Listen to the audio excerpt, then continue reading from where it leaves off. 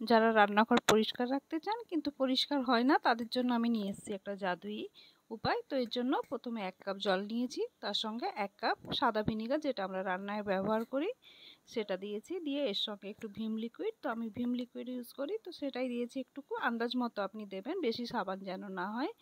আর তার সঙ্গে দেবেন বেকিং সোডা, এটা আমরা রান্নায় যেটা ব্যবহার করি সেই সোডা।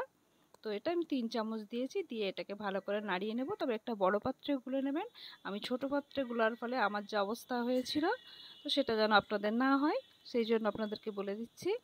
তো এটাকে ভালো করে মিক্সড করে নেবেন, নিয়ে একটা স্প্রে বোতলে আপনি ভরে রাখবেন। ভরে রেখে যখনই কিচেনে রান্নাবান্না হবে, হয়ে গেলে তেল চিটচিটে যেখানে যা তেলের ছিটে পড়বে একটু স্প্রে করে আপনি সঙ্গে সঙ্গে মুছে নেবেন। তো আপনার কোনো দিন আর ডিপ ক্লিনিং করার দরকার পড়বে না, সঙ্গে সঙ্গে তেল চিটচিটে ক্লিয়ার হয়ে যাবে। দেখুন এগুলো আমি করে দেখিয়ে দিচ্ছি, দেখুন সঙ্গে সঙ্গে এগুলো একদম পরিষ্কার হয়ে যাচ্ছে। তবে একটা মোটা কাপড় দিয়ে, খড়খড়ে কাপড় দিয়ে মুছলে আরও সুন্দর পরিষ্কার হবে। তো আপনারা যদি কিছু দেখতে চান সেটাও বলবেন। দেখুন এটা আমার একটা কাচের জিনিস। আর এই যে কিচেন চিমনিটা, কিচেনের যে ফ্যানটা আমি ব্যবহার করি, এটাতেও দেখুন স্প্রে করে দেখিয়ে দিচ্ছি, এটাও সঙ্গে সঙ্গে পরিষ্কার হয়ে যাবে।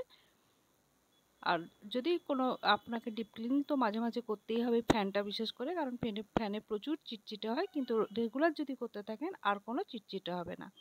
দেখা হবে পরের ভিডিওতে, ততদিন বাই।